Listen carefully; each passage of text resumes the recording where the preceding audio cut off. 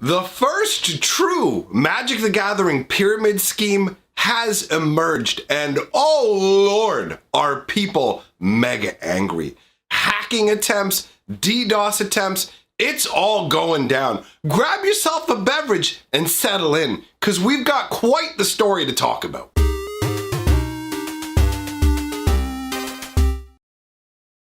Greetings, owners of fine luxury cardboard rectangles. I am still unfortunately under the weather, but this story, it's sicker than me. This entire situation is absolutely insane. As I said, we have Magic the Gathering's first pyramid scheme in history. Now, it's not going to be exactly what you think it is. This is a really bizarre scenario. So, to make sure that everybody is up to speed, there are some pertinent pieces of information you're going to need.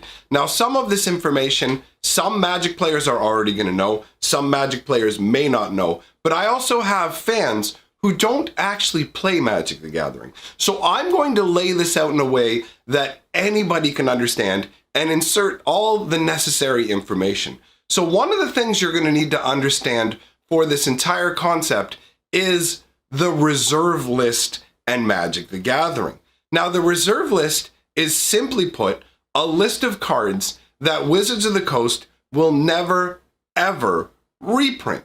Now, why does the reserve list exist? Well, basically due to old school backlash a long time ago in the game that made Wizards of the Coast knee-jerk react. Essentially, they had overprinted a bunch of cards that were originally scarce. There was a portion of the player base that went rah, rah, rah, rah, rah, and freaked out. And Wizards of the Coast went, okay, you know what, we'll put these cards on a reserve list and we'll never print them again. Now, when Wizards of the Coast was bought by Hasbro, the reserve list was scrapped. So they said, okay, you know, we're not doing this anymore. We're not giving you the promise that certain cards aren't going to be reprinted. However, the reserve list has remained in place. And the reason it hasn't been violated is people are essentially threatening Wizards of the Coast with lawsuits if they do reprint these cards. I believe the term that's used is promissory estoppel. So Wizards of the Coast has essentially entered into a legal agreement with Magic card owners saying, we will never reprint these particular collectible cards. So the reserve list is going to be a part of what has caused all of this scenario to come together. As Magic the Gathering cards became more and more expensive, they started to draw the attention of people outside of the Magic sphere. People went, wow, these cardboard rectangles are worth a lot of money. Perhaps I can invest in them. You see this in a lot of different areas of life now where people are looking to monetize every little thing they can. And if there's enough money of value in something, then you will find an investor class that emerges into the game. So Magic the Gathering does have this investor class now where there's just a bunch of money being thrown into it. Now, if you want to protect your investment money, you want to look for the safest harbors possible. And reserve list cards act as a safe-ish harbor. I mean, there are obviously some risks no matter what. The game could theoretically tank. As long as Magic the Gathering is healthy, though, the reserve list is a reasonable place to park your money because reserve list cards can never be reprinted, and reprints can greatly tank the value of cards. So you have people going, how do I capitalize on this?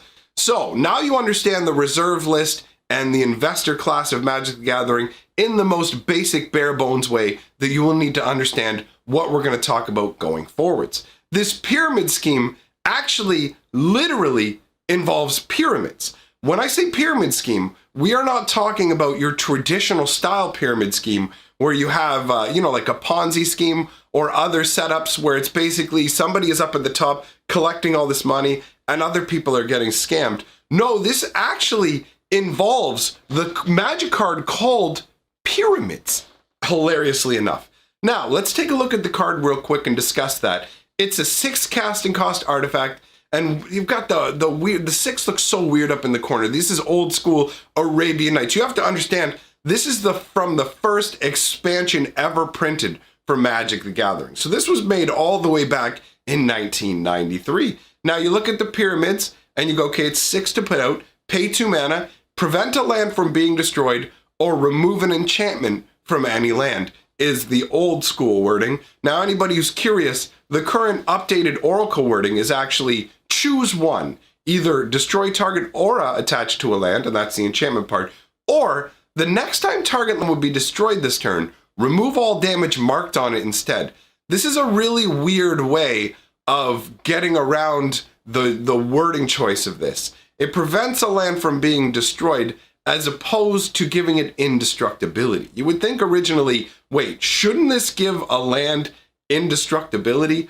But no, because of the weird wording and Magic rules, they had to come up with this even weirder wording to make it work. Now, take a look at the artwork. It's literally just pyramids. It's really uninspired artwork. It's just the artist was told, hey, paint some pyramids. And so he's like, hey, I painted some pyramids. Now your brain goes, okay, wait, why are people angry? What's going on? DDoSing attempts? What, hacking? How do we get there from here? Well, as you may have put together already, Pyramids is one of the cards on the reserve list, which means it can never be reprinted. Now, Pyramids is arguably one of the absolute worst cards from Arabian Nights, especially in the rare category, because this is a rare card. This isn't an uncommon. This isn't a common. This is a rare card. Although at one time it may have been designated as an uncommon because they used to use this weird system in Magic the Gathering where they would have uncommon 1, uncommon 2, uncommon 3s, and only one level of uncommon was actually considered the rare. And you can see they actually do stagger cards like that in current printings now, but they just don't tell us. They don't mention that because they don't want you to realize, oh wait, everything's not equally printed? That's not the greatest. Anyways, let us not diverge from the main subject at hand. So we have the pyramid situation.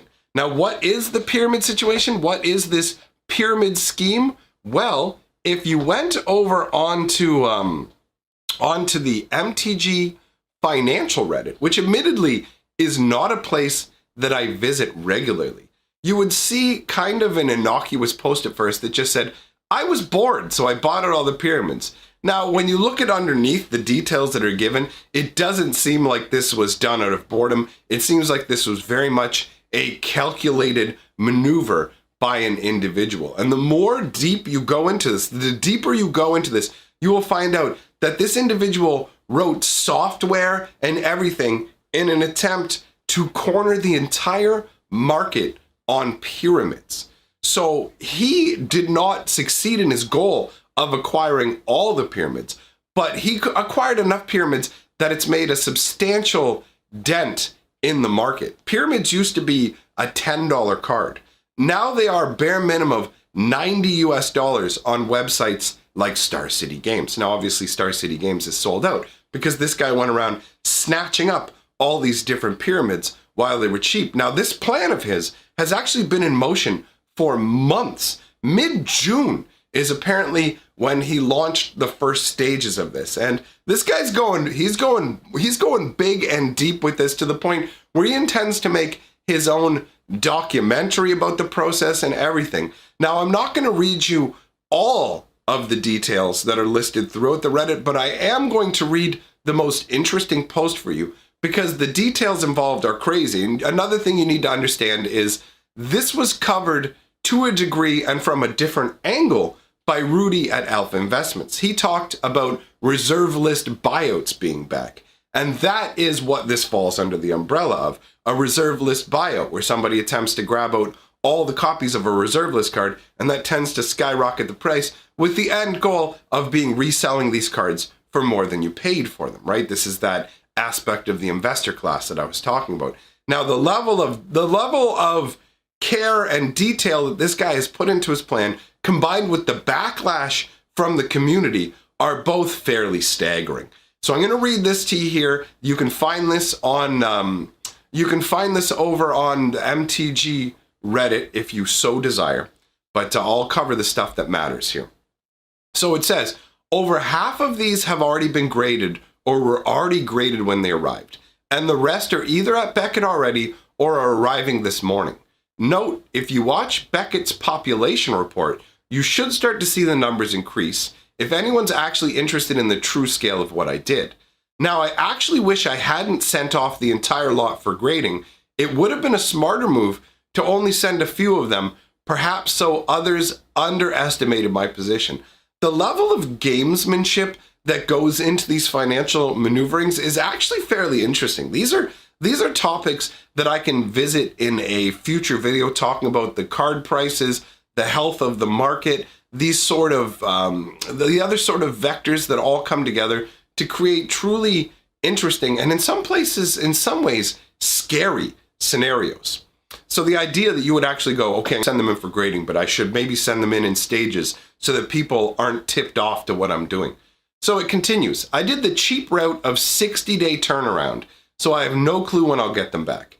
I had to pay $668 today at FedEx to overnight ship a package to them with the maximum limit of $50,000 of insurance on it. It blows my mind when I think of these numbers, because I started Magic long ago, and this would be completely unfathomable back then. So it says, look, in 10 to 15 years, people are going to feel really, really stupid for not handling these ABU, AN, and that means Arabian Nights, Antiquities, Legends, and Alpha Beta Unlimited as well, he's got in there. Basically saying all the stuff Antiquities and earlier, people are going to feel really stupid for not handling the cards with gloves and not having gotten them graded. Well, I think some people will and some people won't. I personally have a whole bunch of Legends cards, some Arabian Nights, some Antiquities, Unlimited cards, Alpha and Beta, and they're just sitting in boxes here and there. They're all over the place. I'm sure they would make some people cringe and shudder at how they're stored, but I'm old school and I don't really care. I don't look at my cards as financial tools. So I don't necessarily agree with what he's saying. There will be some people, because there are always some people who lament, oh my God, if I hadn't sold my cards, if I had done this, if I had done X, Y, and Z, I would be a millionaire by now. You see the same thing with Bitcoin, all kinds of just the regret of the past and the remorse. And thankfully, I don't feel that way. Honestly, if I went back and tried to change something in the past, it would be to embrace YouTube and entertaining people far earlier in my existence. But that aside, let us continue with what this post is saying. So, people need to be sending their stuff in for grading. I don't agree. That's all right, though. I don't think many people understand how fragile these cards are. Firstly, something as small as a fingernail touching the surface of the card could nick a pristine quad 10. If you don't know what quad 10 means, the cards that are graded have 4 different categories that they're graded on: surface texture, centering, things of that nature. So they have 4 different things they're graded on. So a quad 10 is a perfect 10. So he's saying that you could nick a pristine, perfect 10 card down to a 9.5 or a 10 with a 9.5 subgrade. And for high-end cards, there's a huge, massive price differential between those 2 grades. Now, what you have to bear in mind is this guy is making some assumptions in that Magic will maintain its health and the value of cards will continue to go upwards and there'll be people willing to pay these prices. I don't know if that's the case. I don't have the same level of solidity of belief that this guy does. So for me, I don't know about that.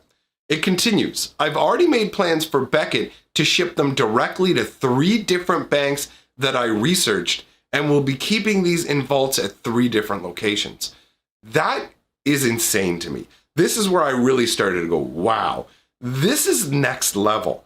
Ordering these things, having them shipped directly to banks that will store them in vaults, the amount of money that is involved in doing all this and the care taken to protect the cards is it's insane to me. This is just a game I played as a kid, right? I've been around since the beginning.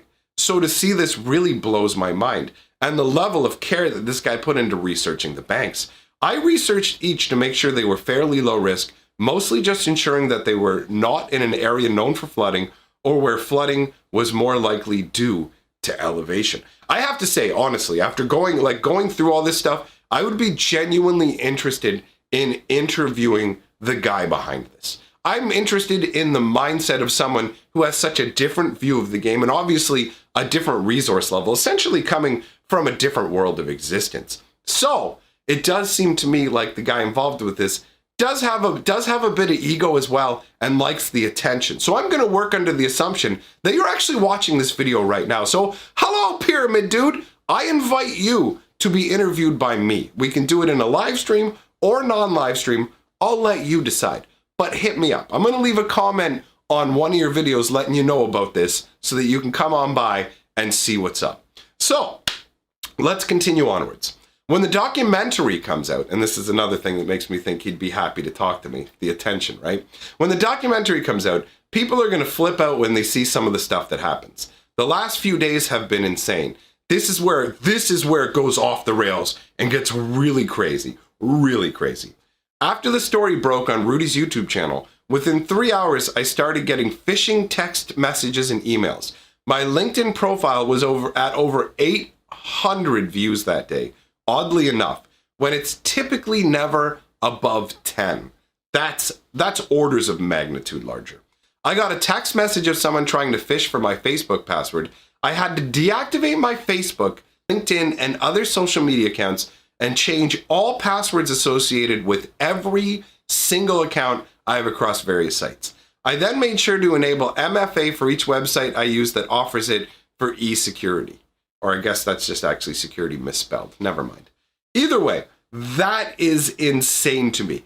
Imagine that. Imagine buying Magic cards, and as a result of buying Magic cards, you have to disable all of your social media. That's crazy. And it doesn't stop there. A few hours later, they start hitting my home network, and I noticed I was being DDoSed, and individuals were trying to SSH past my firewall. I immediately unplugged my router, and I've been off the grid ever since until my ISP can finally figure out how to get my public IP changed. And everyone knows by now, I'm sure, how incompetent AT&T is. Well, you're not 100% off the grid if you're able to post on Reddit, but whatever. Either way, the fact that people are DDoSing him, trying to hack past his firewall, this is crazy. It continues. There are a ton of very powerful individuals out there with a ton of wealth that I think I really pissed off by doing this buyout.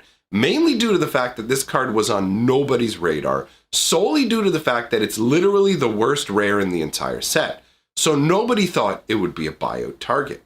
And the next part of this is actually really interesting and makes a valid point about buyout targeting and in a way how to do it. What they didn't realize was that I could corner the entire market or most of it. Now, to clarify for this, later on, when you go through the Reddit posts, you will see that he didn't manage to buy things out in Europe. He wrote software to try and snag things up. The software didn't function properly. He didn't get all the copies and things from Europe. So there are still pyramids out there. But anyways, he continues on. I am the main source of most of the supply of cards in existence. So anyone trying to complete a set of Arabian Nights, they very well may be forced to come to me. Now, the value of cards individually are one thing, but when you have a completed set, that ups the value. That adds a premium across the entirety of all those cards. So having a market cornered in terms of one particular card that's needed to complete the set does give you a fair bit of leverage in negotiations. It's going to allow you to set the price because it's basically going to be, do you want to complete this set? If so, you're going to need to buy a pyramid from me. And the after effects of going out and snagging up all these pyramids is that the few ones that are remaining are going to have gone up in value naturally and are going to be snagged up by other people who want to basically gain an advantage off of what this individual has done.